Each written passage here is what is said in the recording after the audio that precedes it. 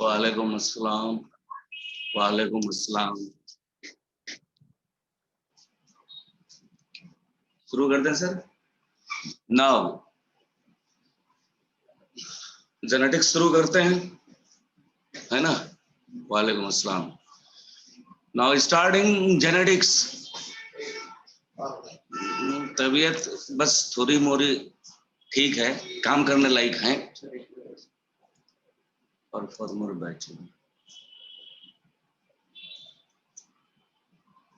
हाँ, तो हम अब शुरू कर रहे हैं जेनेटिक्स को।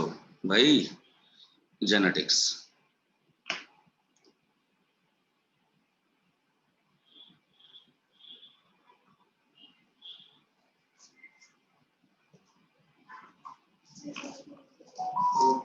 जेनेटिक्स, ठीक है बाबू।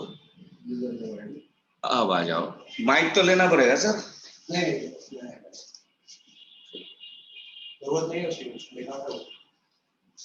तो अब जेनेटिक्स जो ये टर्म आया है, ये even death of Mendel, Mendel के मरने के बहुत दिन बाद आया। समझ गए बात को। वालेकुम अस्सलाम एवरीवन। नाउ तो ये वो ग्रीक वर्ड है, जी के ग्रीक वर्ड जेनेसिस से बना है बेटा, जेनेसिस, है ना। अगर मैं इसको देखूं तो कई मतलब है, टू रिप्रोड्यूस। यहाँ रिप्रोड्यूस का अर्थ थोड़ा सा है, या बिलोंग टू, ये बिलोंग टू है। बिलोंग टू मतलब आप किसको बिलोंग कर रहे हो। एंड दिस टर्म वाज, जिस तरह से आसान क्वेश्चन पूछ रहा है उस हिसाब से, तो ये टर्म बैट्सन ने दिया था जेनेटिक्स, है ना। तो टर्म जेनेटिक्स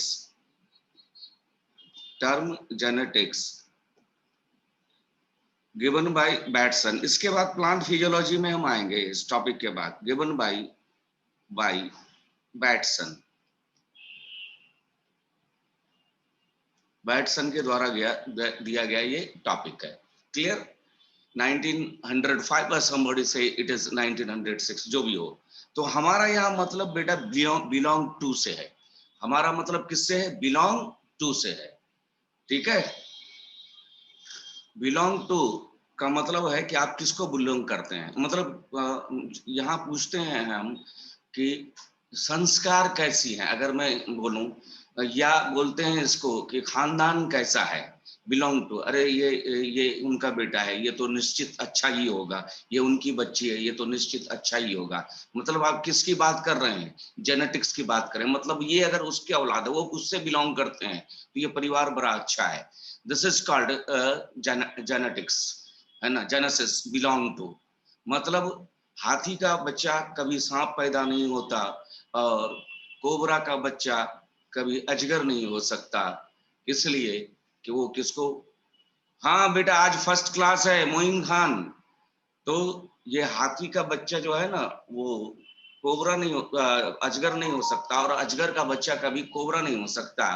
कोबरा का बच्चा हमेशा कोबरा ही होता है। तो जो जैसा होता है वैसा ही पैदा करता है ना। और उसी नस्ल का, दिस इज कॉल्ड हस्ब एंड नस्ब। वो किस हस्ब, किस खानदान को बिलोंग करता है। तो इसी से मतलब है कि कोबरा खानदान से, अजगर खानदान से है, धामिन खानदान से है, सांप की अगर बात करें तो। यहाँ पे हम करेंगे जेनेटिक्स। तो सिंपली अगर जेनेटिक्स को हम परिभाषित करें, डिफाइन करें, तो ये सिंपली है कि स्टडी ऑफ खानदान इज कॉल्ड जेनेटिक्स। खानदान के स्टडी को, मोइन साहब ये मेरा पहला क्लास है आज, है ना। तो स्टडी ऑफ खानदान इज कॉल्ड जेनेटिक्स। कहते हैं ना कि संस्कार वाली होनी चाहिए, तो ये संस्कार है बेटा, समझ गए ना। तो संस्कार का अध्ययन, अच्छे या बुरे जो भी हो, उसी को हम क्या कहते हैं? जेनेटिक्स कहते हैं। दैट्स गुड, है ना। तो स्टडी ऑफ खानदान और संस्कार इज कॉल्ड जेनेटिक्स। तो अब हम कहेंगे तो, अब बायोलॉजी की या अंग्रेजी की भाषा में तो स्टडी ऑफ, और अगर बायोलॉजी की भाषा में कहेंगे तो heredity and variation. Heredity and variation, ये दो शब्द आ जाते हैं। वेरिएशन, हेरिडिटी एंड वेरिएशन, ये दो शब्द आ जाते हैं, हेरिडिटी एंड वेरिएशन। अब इसी को हम क्या बोलते हैं, जेनेटिक्स। अब हेरिडिटी को हम डिफाइन करते हैं, तो जेनेटिक्स क्या हो गया, तो जेनेटिक्स हो गया स्टडी ऑफ हेरिडिटी, मतलब ये हो गया स्टडी ऑफ, एक हो गया हेरिडिटी, है ना, हेरिडिटी, और दूसरा हो गया पक्ष वेरिएशन। अब इन दोनों के ही अध्ययन को, तो study of heredity and variation is called genetics. अब हम आगे आते हैं, अब थोड़ा सा आगे आप बढ़िए, तो हेरिडिटी क्या है, लेट डिफाइन हेरिडिटी। तो हेरिडिटी क्या है कि आप अपने माँ बाप जैसे दिखते हैं, है ना, ये हेरिडिटी है। आपकी शक्ल मिलती जुलती है भाई बहनों की, ये हेरिडिटी है। तो हेरिडिटी, तो ये ट्रांसमिशन है कैरेक्टर्स का फ्रॉम पेरेंट्स टू ऑफस्प्रिंग। अगर ये ना होता, अगर ये ना होता तो फिर कैसे रिकॉग्नाइज करता कि ये अमेरिकन नस्ल है, ये ईरानी नस्ल है, ये इंडियन नस्ल है ना, ये मंगोलियन नस्ल है। और फिर उससे आगे अगर आए तो अब भाई बहन आपस में मिलते जुलते हैं। तो ये किसकी वजह से हुआ है, तो इसका मतलब कुछ ना कुछ ट्रांसफर हुआ है। कहाँ से, पेरेंट्स से किधर, ऑफ स्प्रिंग में, बच्चों में। तो ट्रांसमिशन ऑफ ट्रेड्स या कैरेक्टर्स, ट्रांसमिशन ऑफ कैरेक्टर्स। अब हम ट्रेड्स और कैरेक्टर में भी आएंगे, transmission of characters from parents to offspring, characters, है ना, फ्रॉम, कुछ ट्रांसफर हुआ from parents, parents to offspring, offspring. आ गया बात समझ में, ये तो हो गई आपकी हेरिडिटी। ये वेरिएशन, वेरिएशन को सबसे पहले हम दो पार्ट में डिवाइड करते हैं। एक है hereditary variation, hereditary variation, hereditary variation, और इसी का दूसरा पार्ट है बेटे इन्वायरमेंटल वेरिएशन, मेंटल वेरिएशन। चलिए अब आते हैं हम हेरिडिटरी वेरिएशन पे। Now look hereditary variation.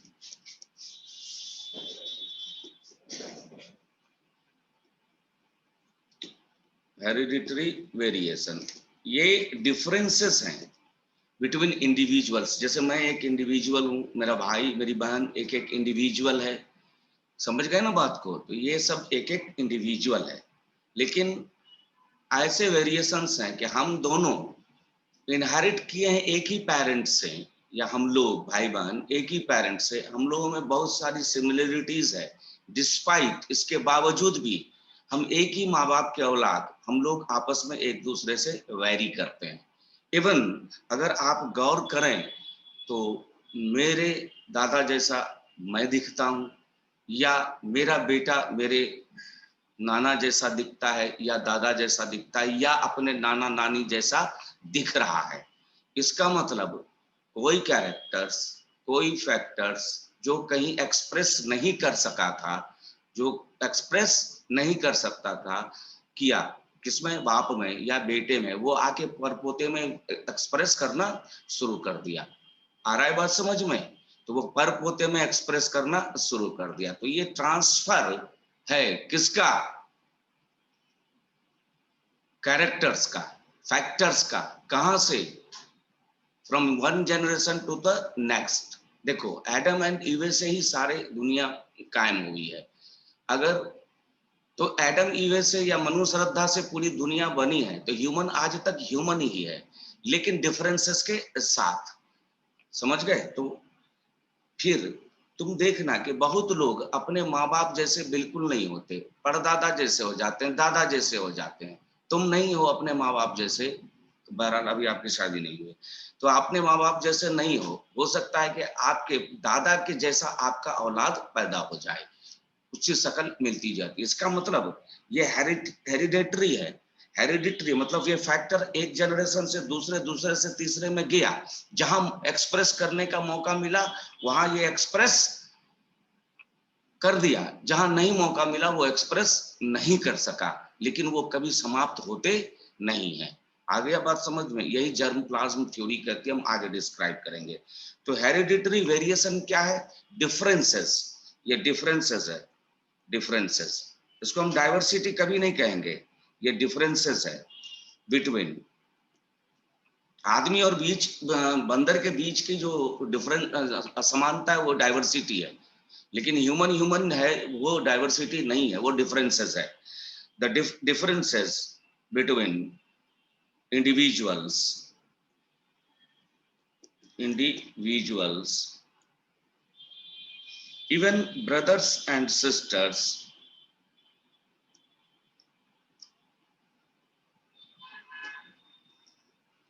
sisters of the same parent,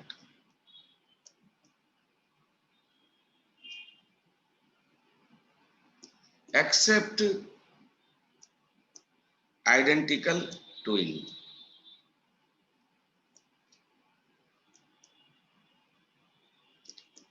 accept identical twin. Identical twin एक दूसरे के क्लोन होते हैं, लेकिन अपने माँ बाप के क्लोन नहीं होते, ये बात याद रखिएगा। तो आइडेंटिकल ट्विन्स जो है वो एक ही जायगोट से बनते हैं, तो वो आपस में एक दूसरे के क्लोन है इन जीनोटाइप इन फिनोटाइप, लेकिन वो कभी भी माँ बाप के क्लोन नहीं हो सकते। आ गया बात समझ में? तो एक्सेप्ट आइडेंटिकल क्लोन। तो मैंने कहा कि मेरे अब्बा मेरे दादा जैसे नहीं दिखे, लेकिन मैं दादा जैसा दिखता हूँ या परदादा जैसा दिखता हूँ। जैसे कि मेरे माँ बाप बताते, मेरी दादी बताई थी कि तुम अपने परदादा जैसे दिखते हो। तो इसका मतलब क्या हुआ? वो मेरे दादा में एक्सप्रेस नहीं किया, लेकिन फैक्टर इनहेरिट हो रहा था, ट्रांसमिशन उसका हो रहा था। वो मेरे दादा में नहीं इनहेरिट किया, मेरे बाप में इनहेरिट नहीं किया, और फिर इनहेरिट किया लेकिन एक्सप्रेस नहीं किया, और जब मेरे में इनहेरिट किया तो उसने चांस पाया किसका? एक्सप्रेशन का। तो मैं दिखने लगा अपने परदादा। तो ये जीनोटाइप कभी मरते नहीं है, ये कभी समाप्त नहीं होते हैं। whenever it get the chance or environment, it must express। तो जीनोटाइप कभी समाप्त नहीं होता, वो इमॉर्टल है। समझ गए बात को?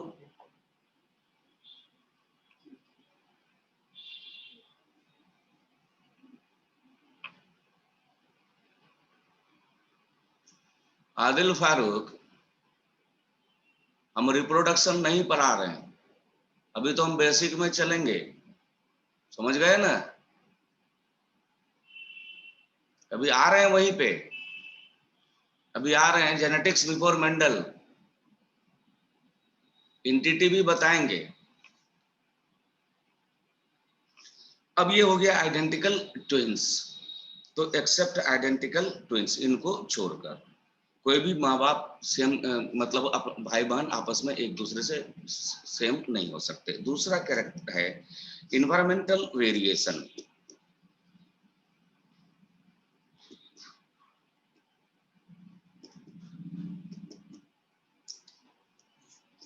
Environmental variation arise due to environment.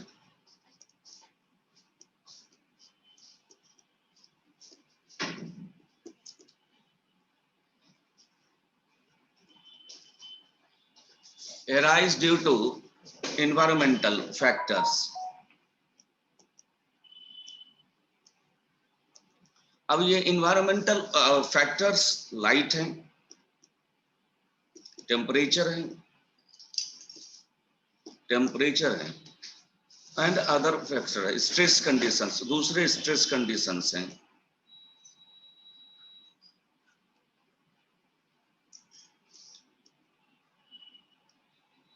अब विंड स्वेप्ट एरियाज, जो विंड स्वेप्ट एरियाज होता है, जो समुद्र के किनारे का होता है, वहां का आदमी या स्कीमो, इनकी हाइट कम होती है क्योंकि ये स्ट्रेस कंडीशन में जीते हैं। मान लो आदिल फारूक, आप गोरे हो, इसलिए गोरे हो कि कश्मीरी बिल्कुल अलग दिखते हैं बेटे। क्यों अलग दिखते हैं? क्योंकि वो वहां के लो टेम्परेचर, लो लाइट इंटेंसिटी में रहते हैं, है ना? आपकी इंटिटी जीन है, आपकी इंटिटी जीन है, एक इंटिटी, वही यूनिट है हेरिडिटरी यूनिट। बाद में चलेंगे तो ये भी इससे भी छोटा पार्ट आ जाएगा जीनोम सीक्वेंसिंग में। तो अब आप ये अंग्रेज या कोई भी इंसान जो गोरा है, अगर वो इन्वायरमेंट में अफ्रीका भेज दें, केनिया भेज दें, नाइजीरिया भेज दें, तो वो उसकी शक्ल सूरत क्या हो जाएगी, धीरे धीरे काला पड़ना शुरू हो जाएगा। अब उसके बाद जब हम उसको वापस भेज देंगे किसमें, या मान लो उसके औलाद वहीं पैदा हो गए अफ्रीका में ही, तो वो भी light high temperature high light intensity के वजह से मेलानिन आ जाएंगे। तो मेलानिन आ जाएंगे तो धीरे धीरे वो भी क्या करने लगेगा, काला पड़ने लगेगा। लेकिन जैसे ही ये वापस आएगा उसका औलाद, वो कैसा हो जाएगा अपने एटमॉस्फेयर में, अपने कंट्री इंग्लैंड में, तो वापस वो गोरा हो जाएगा। आ गया बात समझ में? तो ये जो डीएनए है बहुत स्टेबल है और बहुत स्लोली चेंज होता है। आ गया बात समझ में? तो उसका यूनिट तो आपका एक न्यूक्लियोटाइड भी हो सकता है जो आप में वेरिएशन पैदा कर दे, पूरी जीन की सीक्वेंसिंग बदल दे, that is called frame shift mutation. अब आ जाइए, तो ये हेरिटेबल नहीं है, तो ये क्या है, हेरिटेबल है, एक पीढ़ी से दूसरी पीढ़ी जाने वाले, है ना। और ये जो है नॉट हेरिटेबल, ये हेरिटेबल नहीं है। फिर आप वापस अपने ठंड प्रदेश में या गर्म प्रदेश में जहां से भी आप लोग आए हैं वहां लौट जाएंगे, तो फिर आपकी तो मेलानिन का जीन तो अंग्रेजों में भी है, मेलानिन का जीन अंग्रेजों में भी, लाइट इंटेंसिटी कम है इसलिए मेलानिन को के जीन को एक्टिव होना नहीं पड़ता, क्योंकि genotype plus environment is equal to phenotype. तो केवल जीनोटाइप अकेले कुछ नहीं कर सकता, केवल जीनोटाइप अकेले कुछ नहीं कर सकता जब तक उसको पर्टिकुलर इन्वायरमेंट न मिले, है ना। तो पर्टिकुलर इन्वायरमेंट की वजह से देखते हो कि, या माइक्रोब्स की वजह से देखते हो, कोई एड्स का शिकार हो गया, कोई हो गया, तुम्हारे 20,000 जीन्स में या 20 से 25,000 जीन्स में तुम्हारे 10,000 के आसपास जीन्स ऐसे हैं जो डेडली डिजीज के लिए रिस्पॉन्सिबल है। वो इसलिए कोई कैंसर से नहीं मरता, कोई इसलिए नहीं मरता क्योंकि उसको वो टाइप का इन्वायरमेंट नहीं मिला। अब आप एक्सपोज हो गए एक्सरेज में लगातार, तो वो जो आपका सोया हुआ जो यूनिट है जो अब एक्सप्रेस नहीं करता, लेस देन 1% जीन एक्सप्रेस 2%, तो वो क्या करेगा, वैसा हमेशा तुम आयोनाइजिंग रेडिएशंस में जाओगे या नॉन आयोनाइजिंग यूवी रेज में, तो धीरे धीरे आपका वो जीन एक्टिव होना शुरू कर दिया, दैट इज प्रोटो ऑन्कोजीन, वो एक्सप्रेस करना शुरू कर देगा, कन्वर्ट इनटू ऑन्कोजीन। तो इन्वायरमेंट से बहुत बड़ा रिलेशन है किसका, जीनोटाइप का, ठीक है। अब आ जाइए, तो वेरिएशन कितने तरह के होते हैं, hereditary variation, environmental variation, clone में भी वेरिएशन हो सकता है, वेजिटेटिव प्रोपेगेटिंग ऑर्गेनिज्म में वेरिएशन हो सकता है। तो सेक्सुअली रिप्रोडक्टिंग ऑर्गेनिज्म कभी भी आपस में एक जैसे नहीं होते, मोर और लेस सिमिलर होते हैं, कभी भी सेम नहीं होते, that is called the result of sexual reproduction, तो more or less similar होते हैं। but vegetatively or asexually producing organism, vegetatively or asexually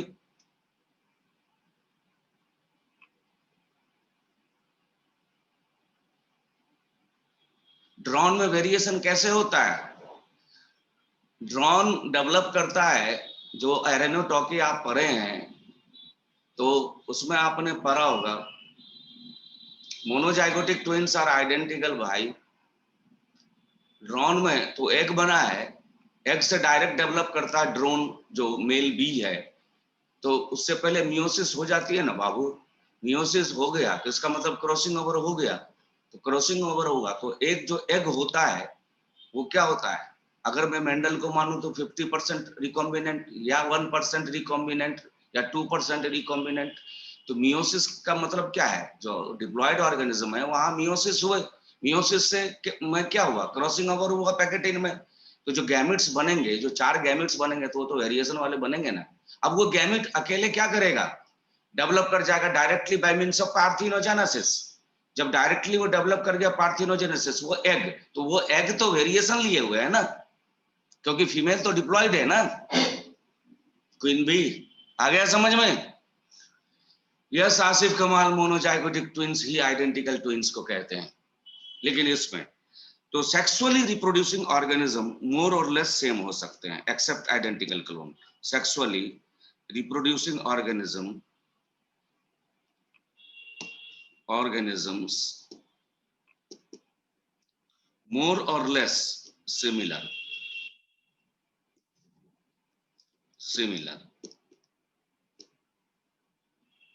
except identical twins या monozygotic twins।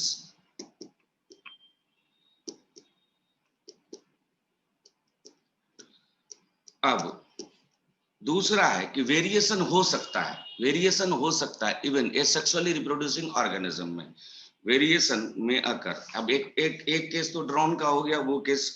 अब हम वेजिटेटिव या एसेक्सुअली वेजिटेटिव और एसेक्सुअली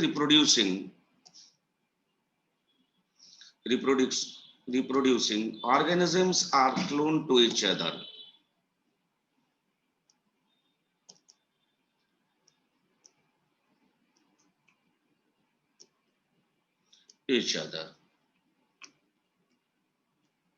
तो इसमें क्या वेरिएशन नहीं होंगे? बिल्कुल होंगे, बिल्कुल वेरिएशन होंगे। कैसे होंगे? तो ultimate source of variation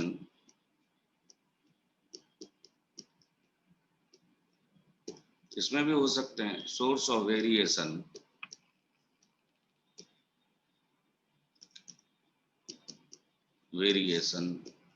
is mutation. तो ये भी एक दूसरे से क्या कर सकते हैं? डिफर कर सकते हैं। If it mutate, undergo mutation. If जरूरी नहीं, कंडीशन इन्वायरमेंटल मिलना चाहिए। ये समाप्त हो गया। अब आइए जेनेटिक्स बिफोर मेंडल से पहले जेनेटिक्स क्या था, यहां लोगों की सोच क्या थी। Genetics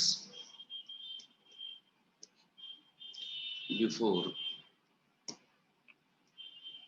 Mendel.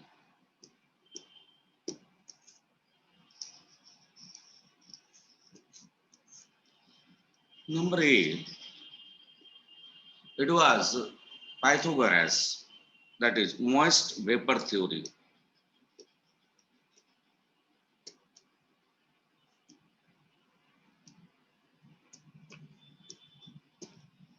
by Pythagoras, जानना जरूरी। पाइथागोरस है ना भाई, पाइथागोरस। इन्होंने कहा कि मॉइस्ट वेपर रिलीज होता है from the body of the mail.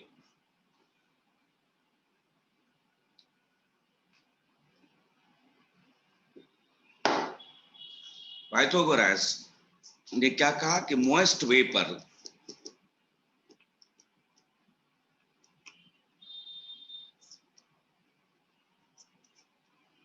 release from the male and ultimately give rise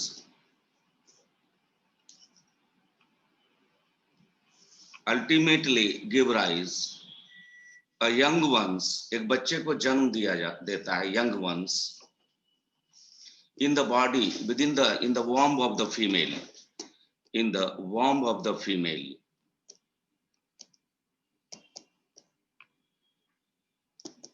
अब आप आगे आ जाइए।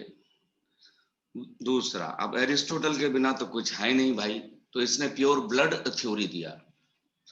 तो इसने प्योर ब्लड थ्योरी देख लीजिए, थोड़ा बहुत पुराने एनसीईआरटी का क्वेश्चन 2 साल से तो बहुत आसान आ रहे हैं, पर इसका मतलब ये नहीं है कि हमेशा ही आसान होंगे, ट्रेंड बदलता है। प्योर ब्लड थ्योरी, तो प्योर ब्लड थ्योरी में हम सीधे ऐसा ही बता देते हैं, आप लोग याद रखिएगा कि एरिस्टोटल ने क्या कहा। एरिस्टोटल ने कहा कि देखिए, मेल जो है ये सीक्रेट करता है, सीक्रेट्स फ्लूइड, एक फ्लूइड को सेक्रेट करता है, जो क्या है, highly purified form of blood, purified form of blood, highly purified form of blood है, दैट इज सीमेन। आ गया बात समझ में? ये सीमेन।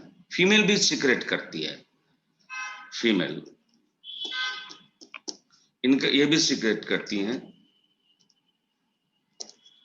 क्या सिक्रेशन करती हैं? ये सिक्रेट करती हैं इनर्ट फ्लूइड। यहीं पे थोड़ा सा गड़बड़ा गया, inert fluid and vitality in it, और इसमें प्राण डालता है vitality in it by the mail.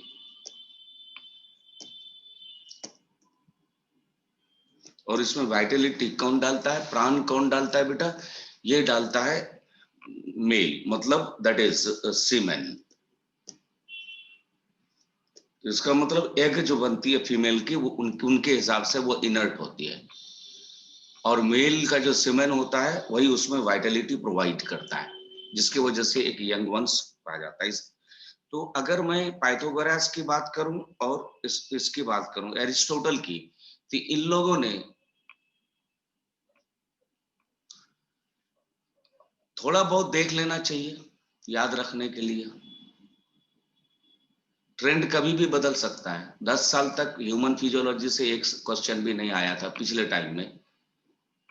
समय हमेशा लोअर एनिमल से क्वेश्चंस रहते थे, लोअर प्लांट से। एक बार 22 क्वेश्चंस 2003 में डाल दिए ह्यूमन फिजियोलॉजी से।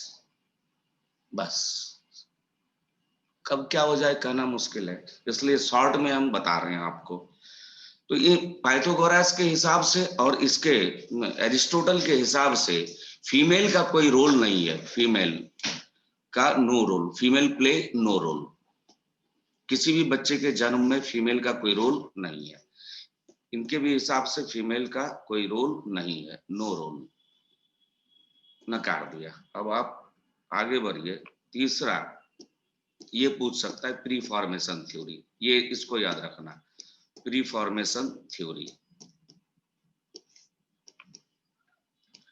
प्री फॉर्मेशन थ्योरी में क्या है बाबू, कि इसको दिया था स्वामरडन ने, स्वामरडन एंड मालपीगी,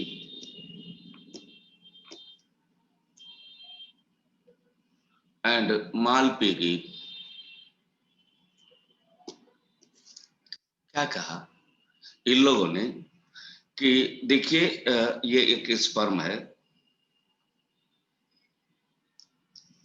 इसमें पहले से ये डिस्कवरी स्पर्म का एंटोन वॉन लीeuwenhoek ने किया था।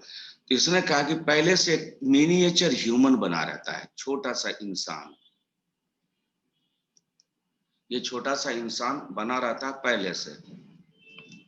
और इस मिनिएचर ह्यूमन को इसने कहा होमनक्यूलस, ये याद रखिएगा, होमनक्यूलस। क्यूलस जहां लग जाएगा, जैसे बैक्टीरिया को कहा था एनिमल क्यूलस, तो क्यूलस का मतलब छोटा, लेट लग जाएगा, फ्रूट से फ्रूटलेट मतलब छोटा, होमनक्यूलस। ये पूछ सकता है कि ये क्या है, तो इट इज मिनिएचर ह्यूमन। वो कंप्लीट होता है लेकिन छोटा होता है, मिनिएचर ह्यूमन। होमन से ह्यूमन शब्द डिराइव हुआ है, ह्यूमन।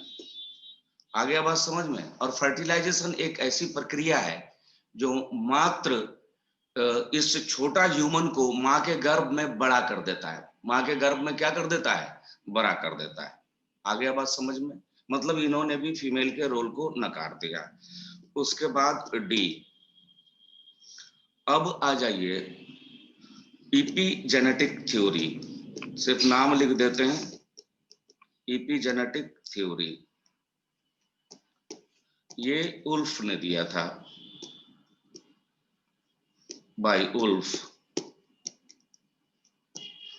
उल्फ ने दिया था। ये सही ट्रैक पे आया था। इसने कहा था कि देखिए मेल भी गैमेट बनाता है, फीमेल भी गैमेट बनाता है, दोनों ही गैमेट आपस में फर्टिलाइज करते हैं, एक जाइगोट बनते हैं, और कुछ टिश्यू या ऑर्गन जो पहले से मौजूद नहीं थे, वो डेवलप करते हैं डीनोवो। कैसा डेवलप करते हैं? डीनोवो, टोटली न्यू, मतलब चमत्कार। कैसे? तो बाय मिरेकल। तो साइंस मिरेकल पे विश्वास नहीं करता है, चमत्कार पे, इसलिए इस थ्योरी को भी कट कर दिया गया। यहां तक तो सही था कि जाइगोट बना, लेकिन some tissues and organs that are not earlier present developed de novo by mystery, by miracle. कैसे डेवलप करता है? बाय मिरेकल, इसलिए इसको काट दिया। इसके बाद आया तुम्हारा, ये याद रखना, इसका पेंजेंस का नाम दिया है तुम्हारे एनसीईआरटी में कहीं पे, पेंजेंस थ्योरी, ये डार्विन का है, थ्योरी बाय डार्विन।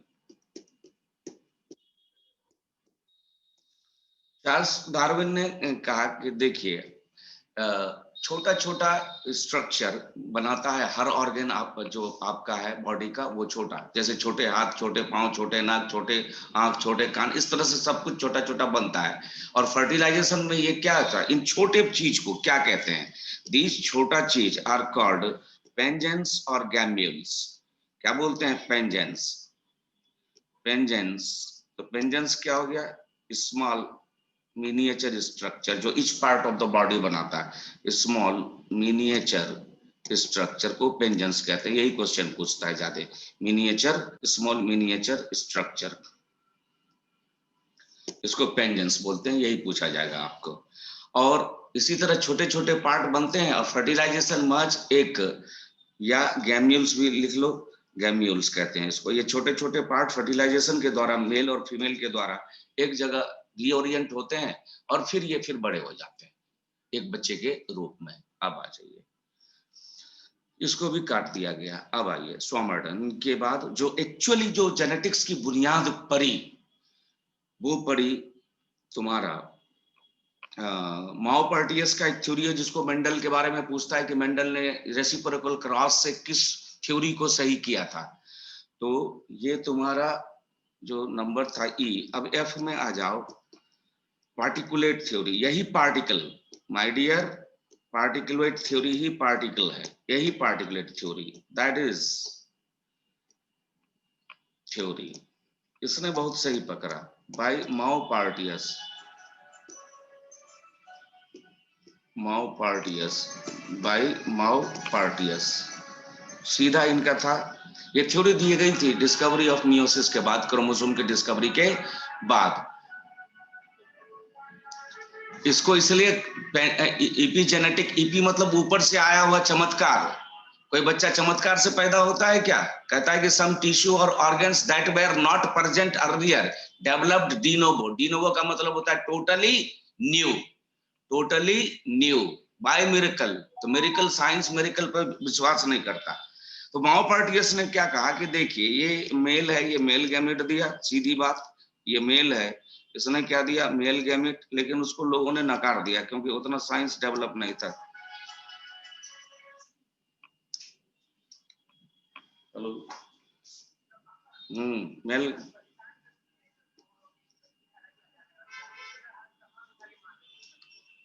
चलो तुम उसको रोको, हम क्लास ले रहे हैं। फीमेल गैमेट, हाँ हाँ, फीमेल, फीमेल गैमेट बनाती है। अब ये फर्टिलाइज किया, जायगोट बना, जायगोट बना, और फिर एम्ब्रियो, और फिर इंडिविजुअल या यंग वंस। लेकिन लोगों ने उस वक्त गलत कर दिया। लेकिन जेनेटिक्स की बुनियाद नहीं पड़ी अभी तक। ये तो यंग वंस के पैदा होने का क्रम है, जेनेटिक्स की बुनियाद कहां पड़ी? जेनेटिक्स तो तभी कहते हैं जब जीनोटाइप एंड फिनोटाइप इसको आया लेकर के, जर्म प्लाज्म थ्योरी, जी, जर्म प्लाज्म थ्योरी, यहां से आया जेनेटिक्स। आपने पढ़ा होगा प्लांट ब्रीडिंग में, germ plasm conservation, is the root of any breeding programme, चाहे वो प्लांट का हो या एनिमल का हो। स्ट्रेटेजीज इन फूड एनहांसमेंट में germ plasm theory by Augustus Weismann. Augustus Weismann, इसने जेनेटिक्स का बुनियाद डाला, द फर्स्ट मैन। बाकी सब लोग बच्चे पैदा होने की बात कर रहे थे, किस इन्वायरमेंट में पैदा होगा, किस शकल का होगा, कैसा होगा, इसकी बात कोई नहीं किए थे। आ गया बात समझ में? अब अगस्टस विजमैन ने दो टर्म दिया, एक germ, genotype, germ that is immortal, immortal, ये कभी समाप्त नहीं होता है। तो this establish the continuity of life. आप नहीं रहेंगे, आपके बच्चे रहेंगे, आप उनके बच्चे रहेंगे, उनके बच्चे रहेंगे।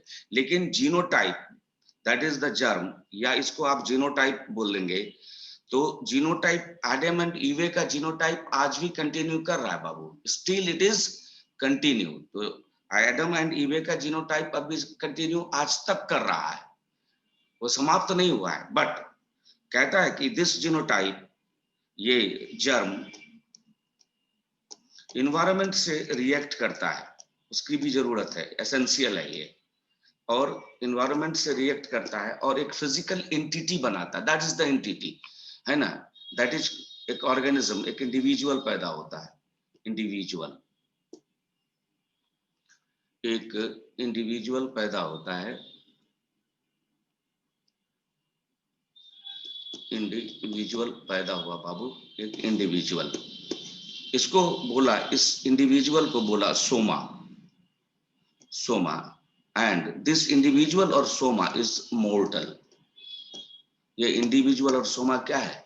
मोर्टल। हम नहीं रहेंगे, हमारे औलाद तो रहेंगे, तुम नहीं रहोगे, तुम्हारे औलाद तो रहेंगे, तो जर्म तो कंटिन्यू है, जीनोटाइप तो कंटिन्यूअस है, आज तक एडम एंड ईवे का जीनोटाइप चल रहा है।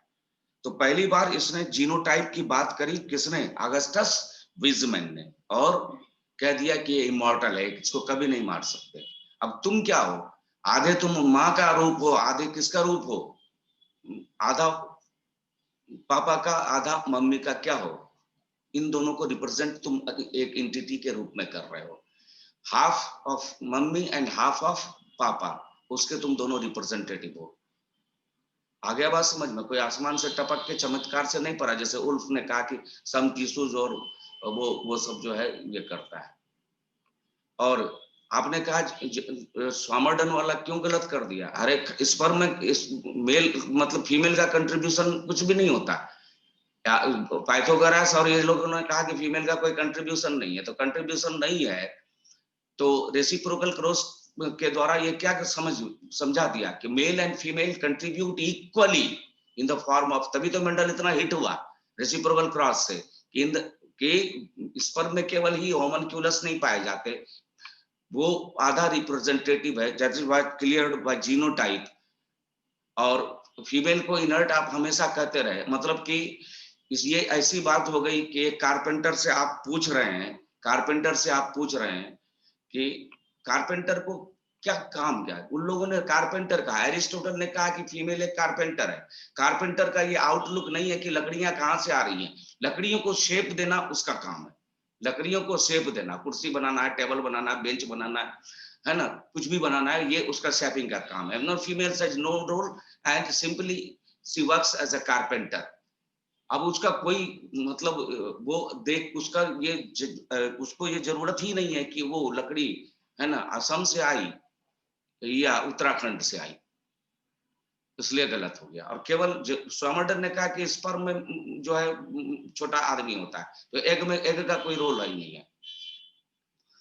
आ गया बात समझ में? तो इसने जेनेटिक्स, और इसी आदमी ने पैनजेनेसिस थ्योरी को काट दिया, डार्विन का, कि अगर मैं एक एक्सपेरिमेंट से, इसने दो आदमी के को गलत किया, एक किसको?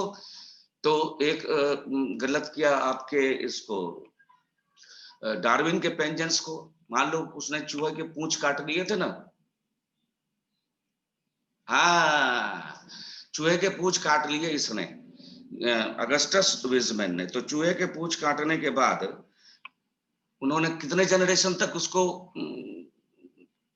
एक किया था, कंटिन्यू किया था। फिर भी हर जनरेशन 21-22वां जनरेशन में भी पूंछ वाला ही चूहा पैदा हुआ। तो जब पूंछ काट दिया मतलब पूंछ वाला पेंजेंस नहीं बनना चाहिए, डार्विन साफ। जब बिना पूंछ का पैदा होना चाहिए था, कहता कि each organ of the body produce pangenes और गैम्यूल्स। तो each body of the organ, ये तो कंफ्यूजन वाली बात हो गई। तो आदमी मतलब एक हाथ बाप दे रहा है, एक हाथ बेटी दे रही है, माई दे रही है, ऐसा बात नहीं होता। आ गया बात समझ में? इसको काट दिया। उसके बाद लेमार्क को भी इसने डिस्कार्ड कर दिया। तो Lamarckism and pangenetic theory, pangenesis theory of Darwin was discarded by one experiment, है ना, when mice was detailed and generation after generation. Now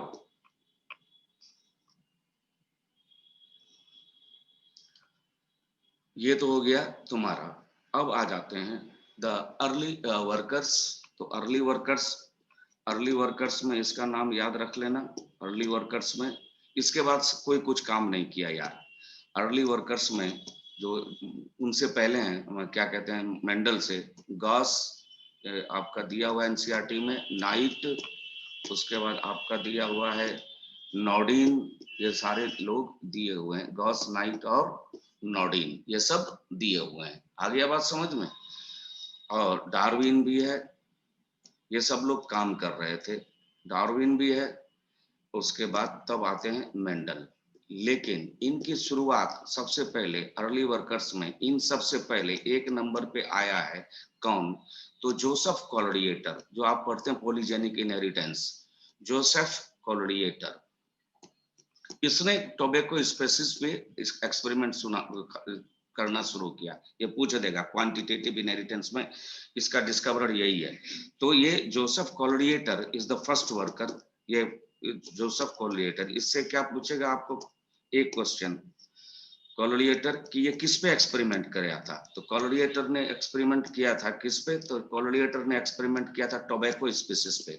tobacco species के बीच ब्रीडिंग कराया था, hybridisation between tobacco species, hybridisation between tobacco species, tobacco species. जब tobacco species पे hybridisation किया तो उनको मिला result intermediates are more, result intermediates are more, intermediates more, mediates are more, ये बहुत ज्यादा थे, इंटरमीडिएट्स आर मोर।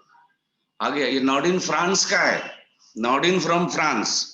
इनके बाद आता है डार्विन मेंडल। आ गया बात समझ में? लेकिन ये लोग जागे कब? तो जोसेफ कॉलरिएटर ने जब टोबैको स्पीसीज पे क्या किया, हाइब्रिडाइजेशन एक्सपेरिमेंट शुरू किया। तो ये हाइब्रिडाइजेशन एक्सपेरिमेंट जो है ये शुरू करने वाला पहला आदमी German botanist, and it was Joseph Koelreuter. Hybridisation experiment इसी ने शुरू कराया। किसके बीच? टोबैको स्पीसीज के बीच। इनको कोई खास कुछ लॉ ऑफ इनहेरिटेंस के बारे में कुछ पता नहीं चला, लॉ ऑफ इनहेरिटेंस के बारे में कुछ पता नहीं चला। बस इन्होंने कई जनरेशन तक टोबैको स्पीसीज को ब्रीड करने के बाद यही पाया कि इंटरमीडिएट्स आर मोर। उसके बाद वो मर गया। समझ गए ना बात को? कंफ्यूज हो गया, चला गया दुनिया से। इनको देख के जोसेफ कॉलरिएटर को देख के, जोसेफ कॉलरिएटर को देख के एक बार पूरी दुनिया, इंग्लैंड से लेके कहां तक, फ्रांस तक और ऑस्ट्रिया तक, सारे के सारे लोग लग गए किसके पीछे? हाइब्रिडाइजेशन एक्सपेरिमेंट के। तो ये जो रिवॉल्यूशन लाने वाले थे हाइब्रिडाइजेशन का, ये लाने वाले थे कौन? जोसेफ कॉलरिएटर। उसके बाद तूफान सा मच गया। आ गया बात समझ में?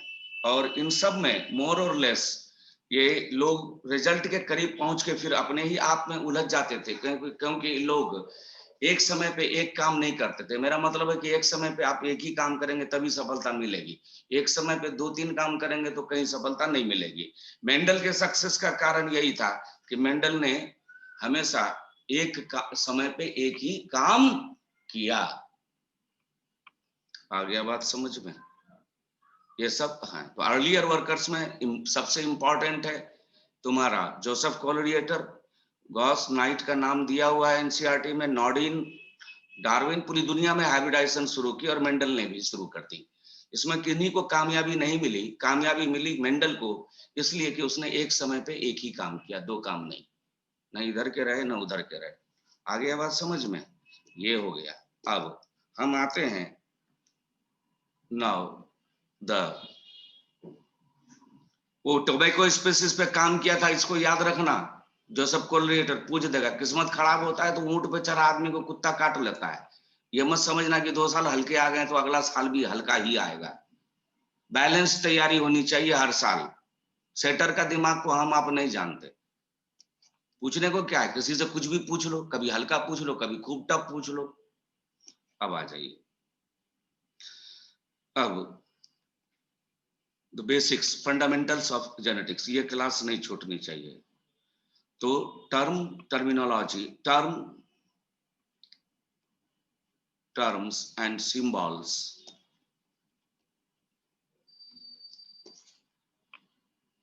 जेनेटिक्स में, इन जेनेटिक्स, यहां से अब रियल जेनेटिक्स शुरू हुआ। नंबर 1, सबसे पहले आएंगे वाइल्ड टाइप। पढ़े हो भैया तुम लोग, ड्रॉपर हो तुम लोग, वाइल्ड टाइप पर हो, मतलब जंगली टाइप। वाइल्ड टाइप का मतलब क्या हो गया, जंगली टाइप। वाइल्ड टाइप का मतलब हो गया कि वो कैरेक्टर जो नॉर्मल हो, नॉर्मल को ही हम क्या बोलते हैं, जंगली बोलते हैं। आ गया बात समझ में। तो wild type, the character which is very common means normal, है ना, the character और more effectively बोलो तो trait which is very common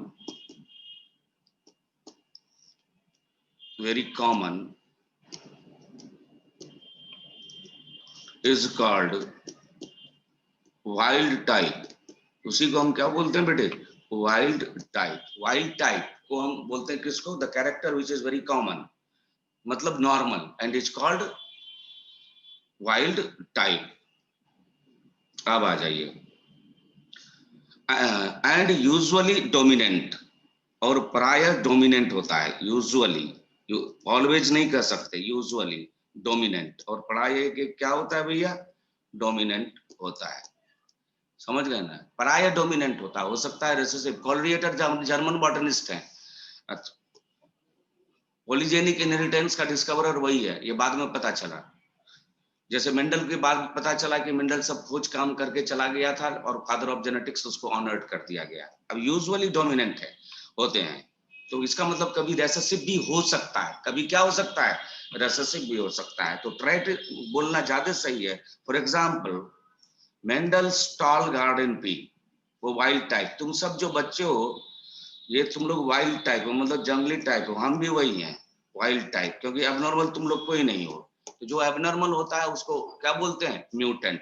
तो वाइल्ड टाइप क्या हो गया, the character which is very common, या trait which is very common, called wild type, usually dominant. कैसे, तो एग्जाम्पल जैसे मेंडल्स का tall garden pea. Number 2, wild type के बाद अब आ जाएंगे म्यूटेंट, एबनॉर्मल टाइप, म्यूटेंट। अब बहुत लंबा आदमी बहुत कम देखे होंगे, है ना, अपने एवरेज हाइट ज्यादा देखे हो, वो तो बात की बात है। तो एक आदमी जो बौना सा 1.5 फीट का है, 1 फीट का है, उसको देखते होगे तुम लोग, वो सब क्या है, एबनॉर्मल है। They are mutant, they are the result of mutation. वहां जीनोटाइप में, जीन्स में म्यूटेशन कभी भी हो सकता है, गैमिट में भी हो सकता है, गैमिट बनने के दौरान भी हो सकता है। तो कहीं कभी भी किसी भी लाइफ साइकिल के किसी भी फेज में हो सकता है। और अगर बच्चा पैदा होने के बाद हो गया तो कैंसर फैंसर और सब चीज हो जाता है, HIV वगैरह ये सब चीज हो जाता है, क्योंकि ये म्यूटेशन पैदा करने वाला वायरस भी है। माइक्रोब्स, बैक्टीरिया भी म्यूटेशन पैदा कर देता है। समझ गए, जब छेड़छाड़ होती है तो। Mutant, the character you, the character, the trait, जो क्या करता है, the trait which deviate, trait which deviate from the normal one,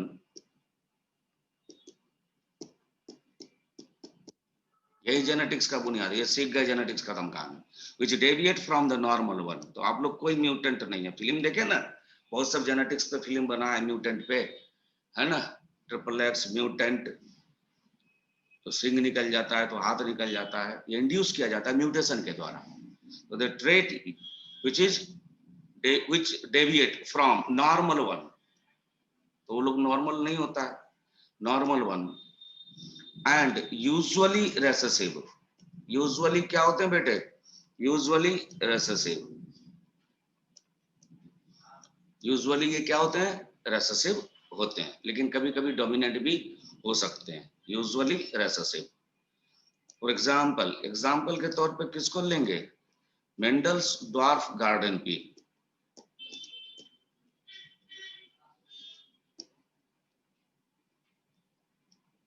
Mendel's dwarf garden pea वो म्यूटेंट है, और बाकी जो भी आप देख रहे हैं जो नॉर्मल से डेविएट करे, है ना, वो सारे के सारे क्या है, म्यूटेंट फॉर्म है। अब आ जाइए तीसरा सिंबल, बहुत आसान क्वेश्चन यहां से पूछता है, symbol. Mendel English alphabet use करते थे, है ना, इंग्लिश अल्फाबेट, मेंडल क्या यूज करते थे, आपको मेंडल को फॉलो करना है भैया, है ना, जेनेटिक्स है तो मेंडल इंग्लिश अल्फाबेट यूज करते थे, अल्फाबेट किस फॉर्म में, तो एब्रीविएटेड फॉर्म में, किस फॉर्म में, संक्षिप्त रूप में, एब्रीविएटेड फॉर्म में, ये फॉर्म में। ये किस पे बेस्ड ऑन होता था, ये क्वेश्चन कई बार आया है, बहुत हल्का क्वेश्चन है, बेस्ड ऑन म्यूटेंट, इसलिए कोई भी कैरेक्टर चुना जाता है वो म्यूटेंट के बेसिस पे जो सिंबलाइज किया जाता है। तो मैं अल्फाबेट यूज करता था एब्रीविएटेड फॉर्म में, बेसिस क्या होता था, वाइल्ड टाइप या mutant type, it was always mutant. तो आपको आज भी पूछा जाएगा कि जो सिंबल यूज करते हैं तो वो क्या म्यूटेंट पे होता है या किस पे होता है, वाइल्ड टाइप पे होता है, तो ये म्यूटेंट पे होता है। फॉर एग्जाम्पल टॉल, और ये कैरेक्टर हो गया, और इसके दो ट्रेट हो गए, ये कैरेक्टर है, इसके दो ट्रेट हैं, ये ट्रेट है भैया, ये ट्रेट है। अब ये हो गया ड्वार्फ, अब ये क्या है, म्यूटेंट, और ये क्या है, वाइल्ड टाइप।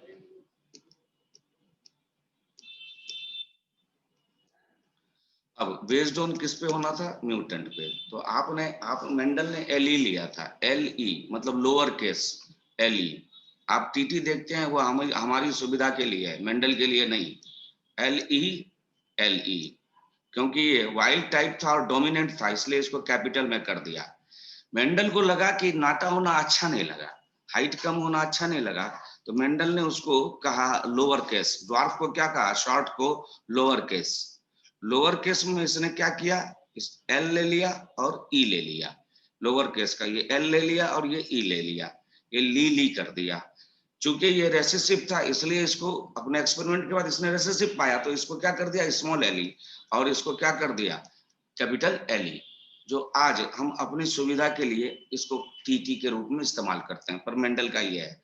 ये आ जाइए, अब आ जाइए, अब समटाइम्स म्यूटेंट्स, मैंने ये कभी नहीं कहा कि म्यूटेंट्स जो है ऑलवेज जो है वो मतलब रेसेसिव होगा, समटाइम्स आपने बहुत सारे म्यूटेंट पढ़े हैं जो डोमिनेंट है, sometimes mutants are dominant,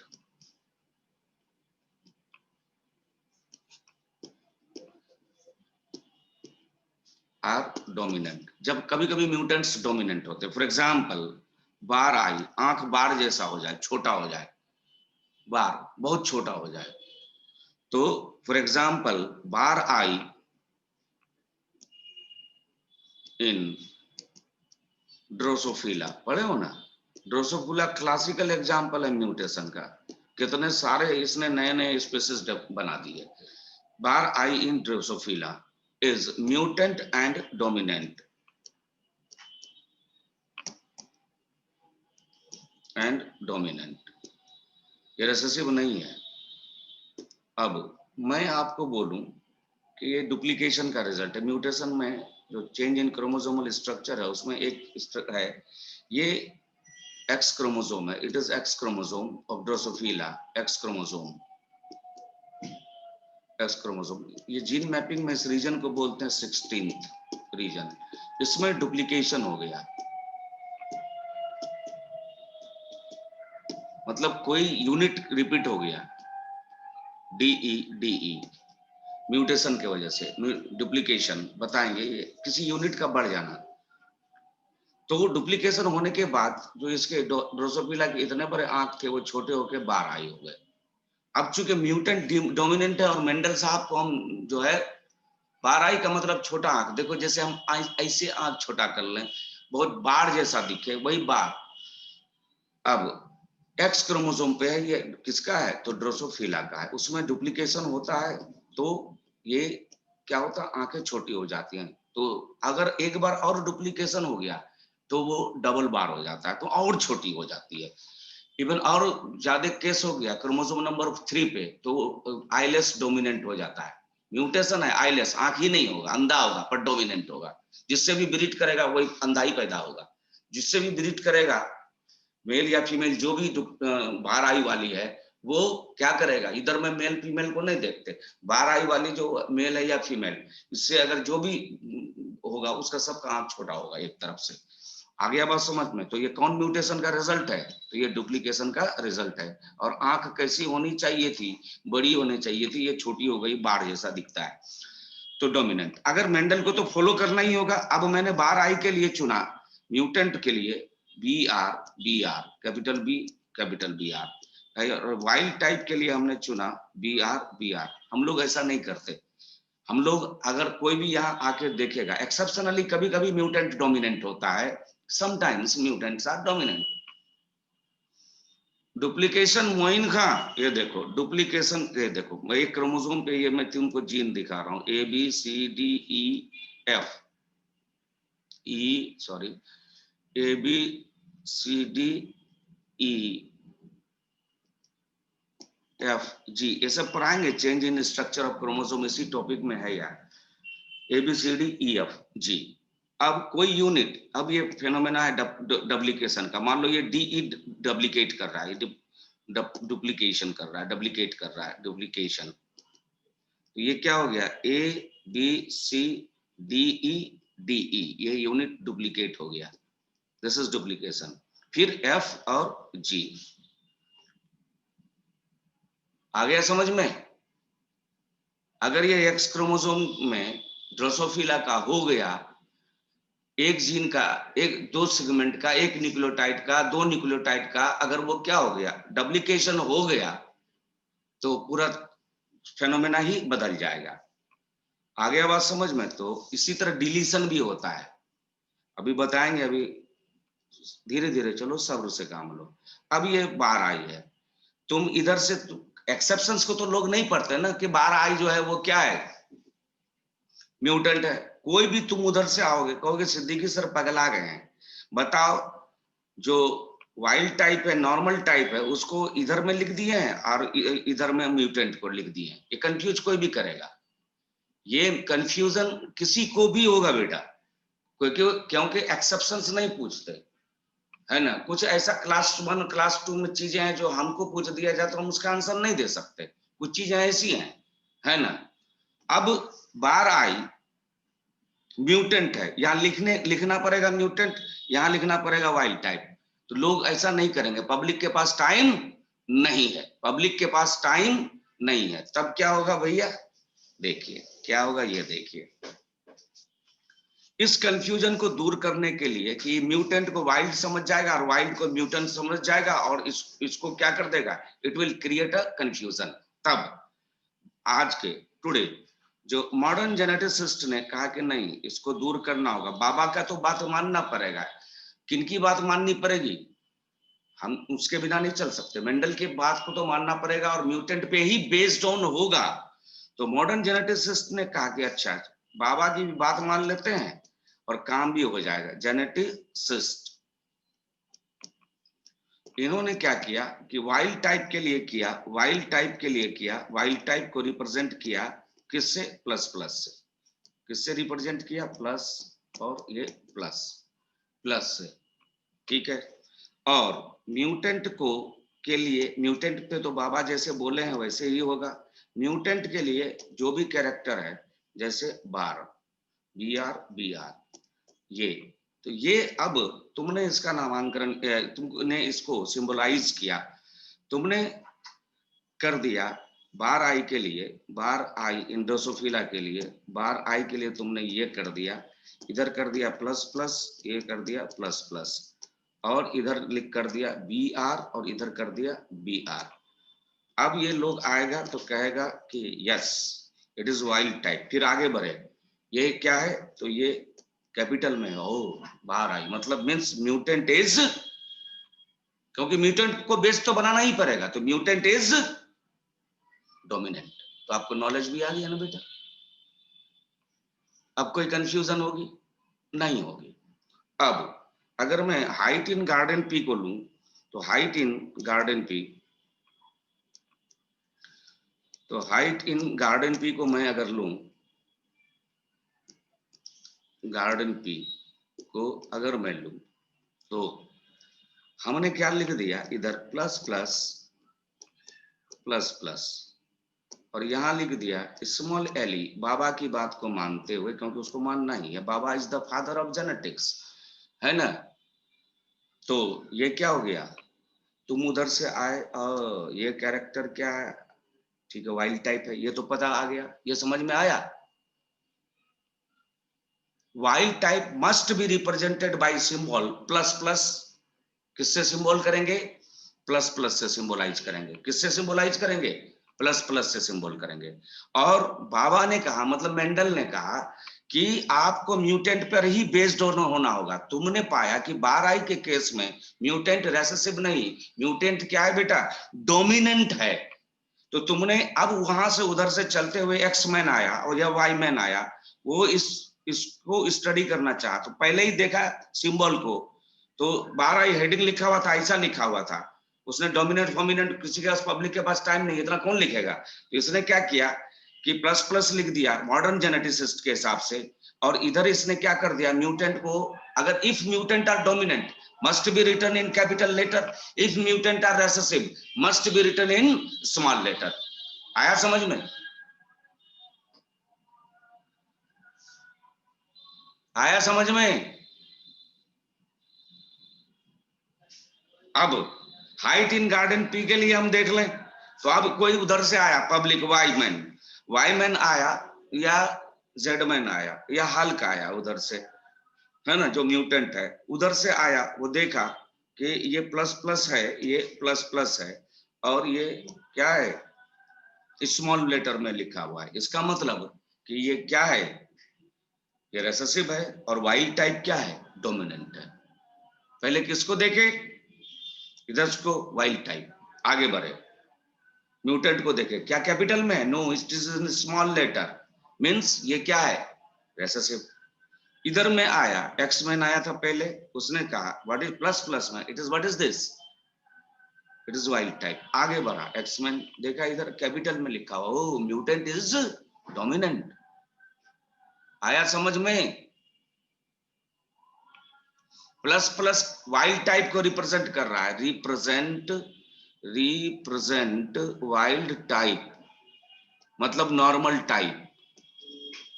wild type का मतलब हो गया the character which is very common, normal is called wild type, and the character which deviate from the normal one, है ना, उसको हम क्या बोलेंगे, म्यूटेंट। म्यूटेंट फिल्म देखे हो, XXX देखे हो, वॉल्वरिन देखे हो, देखो ये सब जेनेटिक्स पे बना है। जेनेटिक्स स्वयं भी होते हैं, म्यूटेशन स्वयं भी होता है स्पॉन्टेनियस, और म्यूटेशन इंड्यूस भी किया जाता है। तो बायोटेक्नोलॉजी में पढ़े हो ना, तुम्हारे जीन में किसी दूसरे का जीन फिट करने में हम कामयाब हो गए, तो तुम वो कैरेक्टर दिखाओगे कि नहीं। आया भाई समझ में बच्चों, समरीन समझ में आ गया। जो भी वाइल्ड टाइप होगा, दुनिया का जितना भी नॉर्मल कैरेक्टर होगा, उसको हम किस में लिखेंगे, प्लस प्लस में। और जितना भी म्यूटेंट होगा बेस्ड ऑन सिंबल का बेसिस, ये पूछा है एम्स में क्वेश्चन कि सिंबल किस पे बेस्ड ऑन होता है, वाइल्ड टाइप पे या म्यूटेंट पे। तो म्यूटेंट पे देख रही यहां भी है, और ली लोअर केस यहां भी देखिए, ये भी म्यूटेंट पे बेस्ड ऑन है, एलई एलई, ये देख रहे हैं ये एलई एलई, ये भी किस पे बेस्ड ऑन है, म्यूटेंट पे ही ये बेस्ड ऑन है। This is also based on mutant, it is also based on mutant. And all wild types, all characters of, है ना, the world of living organisms, if they are wild type, must be represent in the symbol plus plus। कोई भी public confuse नहीं करेगा। if but the symbol must be based on mutant, if it is dominant mutant then must be written in capital letter, if mutant is recessive must be written in small letter। आ गया समझ में, कोई दिक्कत? अब ये कौन सा point था रे बेटा, तीसरा। अब आओ चौथा में, प्योर लाइन। कहा ना, रिमेंबर चैप्टर 5, मैं यहीं पे तुम्हारा स्ट्रेटेजीज भी बता दूंगा, समझ गए ना। प्योर लाइन, और फिर आएंगे इनब्रीड लाइन। कंटिन्यू, ओके, छोड़ें मेरे बच्चों।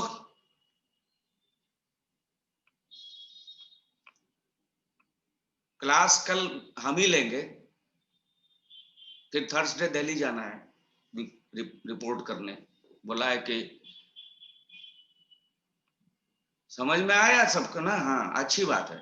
नहीं आया समझ में, रोक दो, तुमको ये पूरा आके बेटा, जब मन करे रोक दो कि चुप रहिए सर, आगे में नहीं बढ़ सकते हैं जब तक हमारा क्लियर नहीं होगा, है ना। तो जब तक क्लियर ना हो बेटा, एकदम किसी को भी रोक लो, हम हो या कोई हो,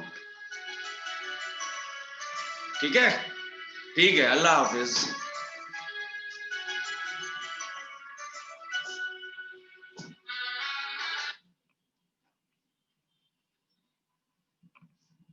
जैसे कहना बंद कर दी, एक बार उनको गर्मी लगा था, फिर ठंडा लग बहुत ज्यादा लग गया था।